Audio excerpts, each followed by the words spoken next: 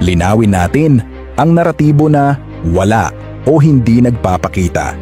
Si pangalawang Pangulo Sara Duterte ay hindi inosenteng obserbasyon. Isa itong sinadyang framing upang magmukhang pag-iwas. Ngunit kung susuriin sa lente ng batas, mahina ang pundasyon ng ganitong argumento. Sa kasalukuyan, ang mga pagdinig sa House Committee on Justice ay nasa paunang yugto pa lamang. Hindi pa ito paglilitis. Hindi pa ito ang forum kung saan sinusukat ang bigat ng depensa o tinataya ang kredibilidad ng mga ebidensya ng panig ng inakusahan. Ang layunin sa puntong ito ay technical at limitadong saklaw. Tukuyin kung ang reklamong inihain ay sapat sa forma, substansya, at may sapat na batayan upang umusad. Ibig sabihin, ang burden of proof sa yugtong ito ay malinaw, nasa panig ng nagrereklamo. Hindi obligasyon ng respondent.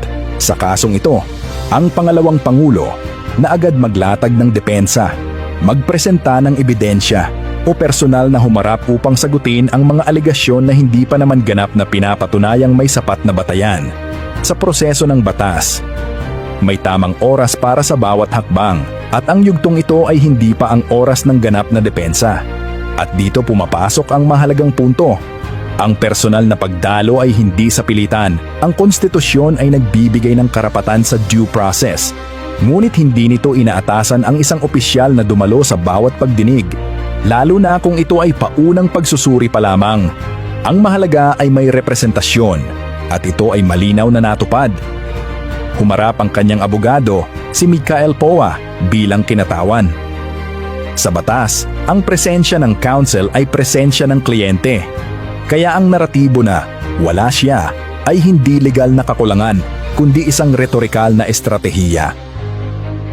Ngayon, tingnan natin ang mas malalim na konteksto. Hindi maikakaila na ang ganitong mga pagdinig ay may kasamang dimensyong politikal. Kapag ang tono ng pagtatanong ay nagiging tila nag-uusig, kapag ang direksyon ng diskurso ay tila nakaangkla na sa pag-usad ng reklamo, sa halip na sa patas na pagsusuri nito, nagiging lehitimo ang tanong kung ang proseso ba ay tunay na neutral. Sa ganitong sitwasyon, ang desisyong huwag munang personal na humarap ay hindi kahinaan. Ito ay isang estratehikong pagpili. Bakit ka pupunta sa isang entablado na hindi pa naman ang tamang arena para sa iyong depensa? Bakit mo ibibigay ang iyong presensya upang bigyang bisa ang isang proseso na maaaring hindi pa handa para sa balanseng pagdinig? Sa batas, ang timing ay hindi lamang mahalaga. Ito ay kritikal. Dagdag pa rito, ang maagang pagharap ay may kaakibat na panganib. Maaari itong magamit laban sa respondent sa larangan ng public perception, kung saan ang bawat salita ay maaaring putulin, baluktutin at gamitin sa labas ng kontekstong legal. Sa puntong hindi pa naman kinakailangan ang kanyang personal na testimonya, bakit niya ilalantad ang sarili sa ganitong uri ng panganib? At maging malinaw tayo, ang pagdalo ngayon ay hindi garantiya ng patas na pagtrato sa susunod na yugto. Ang due process ay hindi nasusukat sa dami ng pagdalo, kundi sa kalidad ng pagkakataong marinig sa tamang forum at sa tamang oras.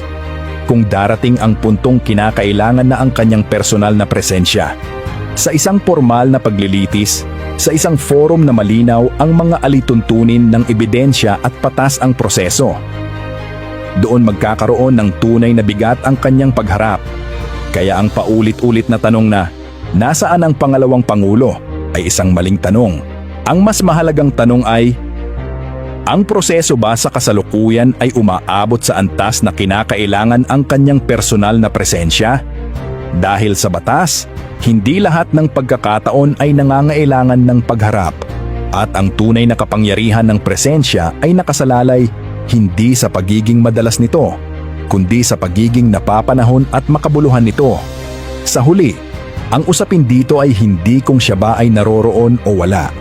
Ang usapin ay kung ang proseso ay sumusunod sa diwa ng batas, at kung ang bawat hakbang ay ginagawa hindi para sa palabas, kundi para sa hustisya. Please follow, like, and subscribe. Abi Vlog!